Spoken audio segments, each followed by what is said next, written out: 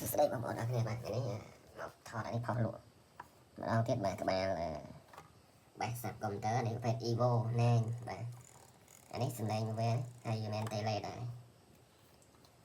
ចាំយើងអាចបញ្ជាពីចម្ងាយបានហើយយើងមូលសំឡេងនេះបានហើយនេះចុចវាចានេះជា Bluetooth ទេបងប្អូនហើយនេះខ្សែចូលខ្សែ AUX audio ចូលហើយបន្ទាប់មកមានខ្សែចេញចូលទៅប្រេឡានប្រេអីហ្នឹងយើងអាចប្រើបានហើយចឹង Bluetooth នេះស៊ីភ្លើង 5V បងប្អូន 5V DC ភ្លើងឆ្នាំងស្អាតទូរស័ព្ទអញ្ចឹងបងប្អូនអាចយកទៅកែប្រើភ្លើង 210V បានដោយប្រើជាមួយ IC បាទយើងភ្ជាប់មួយ IC មកបាទដាក់ភ្លើង 210V ចូលឬ 15V ចុះក្រោមបាទអានេះលក់5ដាក់វាបន្តមកថ្ងៃនេះចង់និយាយប្រាប់បងប្អូនបន្តិចពីបញ្ហាបាទសម្រាប់បងប្អូនដែលចូលចិត្តវិស័យបេសបាទតើណាឆ្ងាយបាទស្អាតបន្តិចវាខ្ញុំប្រាប់ពីបទពិសោធន៍ប្រើបាសនេះបាទនេះផេក subwoofer សម្រាប់បងប្អូនដែលថ្មីបងប្អូនដែលទៅតែចាប់ផ្ដើមបាទឬមួយក៏បងប្អូនមួយចំនួនដែលគាត់ចាប់ផ្ដើមហើយគាត់ក៏អាចស្ដាប់បានដែរបាទហើយវីដេអូនេះគាត់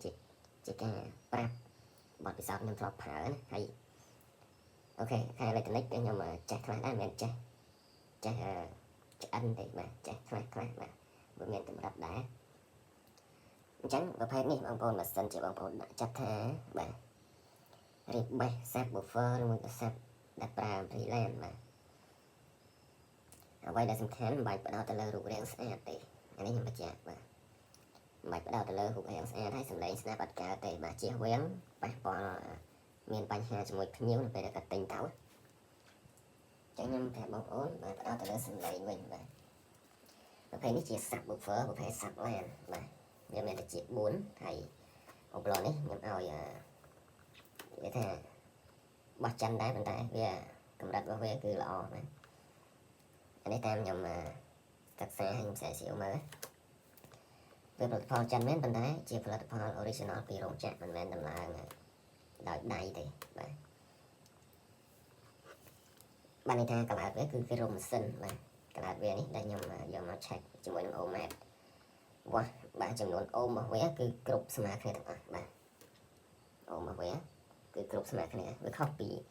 ឧបករណ៍មួយចំនួនបាទនៅពេលដែលយើងវាស់អូមវាមានតិចហើយនឹងច្រើនផ្សេងគ្នាមានតិចវាមាន4ខាង2អញ្ចឹងឧបករណ៍ខ្លះគឺខុសអូមគ្នាបងប្អូននៅពេលដែលយើងយកមកវាស់បាទបើសិនជាបងប្អូនអត់ចាប់អារម្មណ៍រឿងវាស់អូមទេគឺអត់ដឹងទេបាទតោះតែយើងមានអូមហេតុយកមកវាស់កន្លែងវានេះចឹងកន្លែងវានេះមួយខាងវា4អូមជាងបងប្អូនខ្ញុំដឹងម៉ែនេះខ្ញុំផ្លេចឲ្យបាទខ្ញុំវាស់ដែរដឹង4ជាងបាទមួយខាង4ជាងដូចគ្នាអញ្ចឹងពីរខាងវាតែងតែធ្លាក់អូមអញ្ចឹង freelance ភាគច្រើនធ្លាក់ដល់1អូមបាទធ្លាក់ដល់1អូមបាទអាកន្លែងខ្សែដែលវាចេញមកចូលឧបករណ៍ហ្នឹងអញ្ចឹងអ្វីដែលសំខាន់បងប្អូនត្រូវធ្វើចាប់ផ្ដើមរៀបបេសផ្ដោតទៅលើសំឡេងបាទទី1គឺដុំភ្លើងប្រើឲ្យគ្រប់បាទគ្រប់ចំនួនដែលវា C បាទ ampli C អញ្ចឹងបើសិនជា ampli យើង3000វ៉ាត់បាទបងប្អូនត្រូវតែប្រើដុំភ្លើងបាទគ្រប់10បាទប្រភេទនេះ C ភ្លើង 12V ឬមួយក៏ 14V ចុះក្រោមមកដល់12ហ្នឹងតែខ្ញុំណែនាំឲ្យបងប្អូនប្រើភ្លើង 4-10V បាទ 14V ចឹងនៅពេលដែលវាអប់គឺវាធ្លាក់វល់ខ្លាំងហើយបាទអានេះវាកត្រាក់ខ្លាំងប្រភេទនេះកត្រាក់ខ្លាំងណាបើនិយាយពីភ្លើងទាំង20A ចាក់ទៅញាក់មកបងប្អូនបើទៅញាក់តាមបេះបងប្អូនភ្លើងយើងបងប្អូនភ្លើងតាមទាំងទី2បាទយើងធ្វើម៉េចយើងរៀបបេះហ្នឹងយើងតម្រូវជាមួយនឹងអ្នកប្រើបាទអ្នកប្រើមួយចំនួនដែលគាត់ទិញយកទៅគឺអត់ដូចយើងអ្នករៀបទេបាទខ្ញុំជឿអញ្ចឹងបាទ 99% អត់ដូចយើងអ្នករៀបទេយើងអ្នករៀបបាទយើងភាគច្រើនយើងបើកតេស្តល្មមទេប៉ុន្តែបើសិនជាអ្នកគាត់យកទៅប្រើគឺកាត់មូលវ៉ូលីមកត់បាទមានន័យថាវ៉ូលីមានមួយជុំកាត់មូលអស់មួយជុំមកនៅពេលដែលគាត់ជប់ជុំផាក់ស៊ីឬក៏មួយមានកាត់ទីអីគឺគាត់លេងមកដៃតែម្ដងនៅពេលហ្នឹងឯងមិនដឹងថាគុណភាពបានវាមិនបាទបើសិនជាយើងគ្រប់គ្រងសម្លេងឲ្យគាត់មូលអត់កើតអត់បានអស់ទេគឺចឹងនិយាយថាបានអស់មែនតែស្ដាប់អត់កើតវាលឺព្រឹកព្រោះវាអត់លឺបេះបាទ អានឹងបញ្ហាធំសម្រាប់អ្នកប្រើប្រាស់អញ្ចឹងធ្វើម៉េចដើម្បីឲ្យយើងលក់ទៅមិនមានទំនុកចិត្តទាំងអ្នកប្រើនិងអ្នកទិញបាទគឺយើងសេរីធ្វើម៉េចឲ្យកាត់ម៉ូតពលីបានមកកាប់ហើយបែរហ្នឹងគឺវាអត់ធ្លាក់សម្លេងណាអានឹងមកត្រូវចិត្តអ្នកទិញប៉ុន្តែបើសិនជាអ្នកទិញដែលគាត់យកទៅប្រើហើយកាត់ម៉ូតមកកាប់ហើយបាទមានបញ្ហាគាត់ច្បាស់ជាតាក់ទងមកយើងហើយបាទតាក់ទងមកយើងហើយគាត់ថាសម្លេងអត់កើតបាទវាកើតមែនប៉ុន្តែវាកើតវាលឺសម្លេងបាសបាទវាលឺអប់អត់តាន់អញ្ចឹងទៅបាទអានេះអត់មាននិយាយទៅផតបងប្អូននេះគឺអ្នកមកភាសាប្រាប់ផ្លូវដែរបាទព្រោះអីមិនចង់ឲ្យបងប្អូនមួយចំនួនដែលគាត់រៀបហើយគាត់នៅពេលដែលលក់ទៅមានបញ្ហាមួយភ្ញៀវអញ្ចឹងណាអញ្ចឹងអ្វីដែលយើងត្រូវធ្វើគឺដុំភ្លើងបាទអំភ្លីយើង3000វ៉ាត់យើងត្រូវប្រើដុំភ្លើង3500វ៉ាត់អីទៅហើយអេ200អីទៅបាទ150តែវ៉ាត់វាត្រូវតាមអំភ្លីបាទអាហ្នឹងតាមអត់សនធ្លាប់ប្រើមិនធ្លាប់ប្រើតែ3ទឹកទេណាចំពោះអ្នកដែលធ្លាប់ប្រើមិនដឹងថាបាសហ្នឹងវាយ៉ាងម៉េចបាទអានេះមិនតែញមកលក់ទេបងប្អូនតែញយកមកទុកប្រើខ្លួនឯងបាទអញ្ចឹងវីដេអូនេះខ្ញុំគាត់ទៅប្រាប់សម្រាប់បងប្អូនដែលចាប់បានថ្មីទេសម្រាប់បងប្អូនដែលគាត់មានជំនាញហើយគាត់ចេះគាត់ដឹងហើយគឺអូខេហើយបាទមិនបាច់ស្ដាប់ក៏បានដែរអានេះគឺប្រភេទsubwoofer ប្រភេទcamera 2ជាន់ទៅជា4ប្រភេទបើខ្ញុំនិយាយតាមធម្មតាគឺមួយខាង4អូមបងប្អូនអញ្ចឹងសិនជាយក ampli ធម្មតាមកលេងក៏វាអត់សូវលើកដូចបោះឡានដែរហើយមួយវិញទៀតសម្រាប់បងប្អូនមួយចំនួនដែលគាត់ថាសាប់ឡានលើបានឆ្ងាយបាទច្រឡំធំហើយបងប្អូនវាមាន2ជម្រើសសម្រាប់បងប្អូនចាក់បាទវាស្រួលប្រើជាងបើសិនជាចាក់ប្រើទី1យើងអាចឲ្យវាកហឹមនៅចិត្តយើងនឹងជុំវិញយើងនេះថា200ម៉ែត្រ300ម៉ែត្រនេះឲ្យវាកហឹមជុំវិញនឹងចឹងក៏បានឲ្យវាប្លង់ឆ្ងាយក៏បានដែរបាទណាបុកប្លង់ឆ្ងាយក៏បានដែរវាខុសពីបាសយើងធម្មតាបាទបាសយើងធម្មតាគឺខ្ញុំធ្លាប់ប្រើ mixer ដែរបងប្អូនប្រើ pre mixer ដែរប៉ុន្តែយើងឲ្យវាកហឹមវាអត់កើតទេបាទវាបានតែបុកទេបុកដឹងចឹងនឹងបុកប៉ុន្តែបើឲ្យវាកហឹមដោយសាប់ឡានវាអត់កហឹមកើតទេប៉ុន្តែអានេះមាន2ជម្រើសបងប្អូនចង់ឲ្យវាប្លង់បឹងទៅឆ្ងាយក៏បានហើយវាកហឹមនៅចិត្តនឹងក៏បានដែរអាហ្នឹងវាស៊ីសងដល់បងប្អូនចេះសេរី ampli ទេបាទអញ្ចឹងជាចុងក្រោយអ្វីដែលខ្ញុំចង់និយាយម្ដងទៀតគឺគ្រប់គ្រងសម្លេងឲ្យអ្នកទិញដែលគាត់យកទៅប្រើហ្នឹងគឺបានល្អបាទគាត់អាចមួលវ៉ូលីមបានកប់អាហ្នឹងអូខេហើយអត់មានបញ្ហាមួយភ្ញៀវដែលគាត់ទិញទៅទេបើសិនជាគាត់មួលមិនបានកប់ទេនៅពេលដែលគាត់មួលអស់ហើយវាមានសម្លេងបញ្ហាញ៉ៃញ៉ៃស្ដាប់អត់បានគាត់ច្បាស់ជាតាក់ទងមកឲ្យយើងនៅពេលហ្នឹងហើយបាទអាចនឹងមានតោះសម្ដីគ្នាអញ្ចឹងទៅបាទអានេះខ្ញុំគាត់ប្រាប់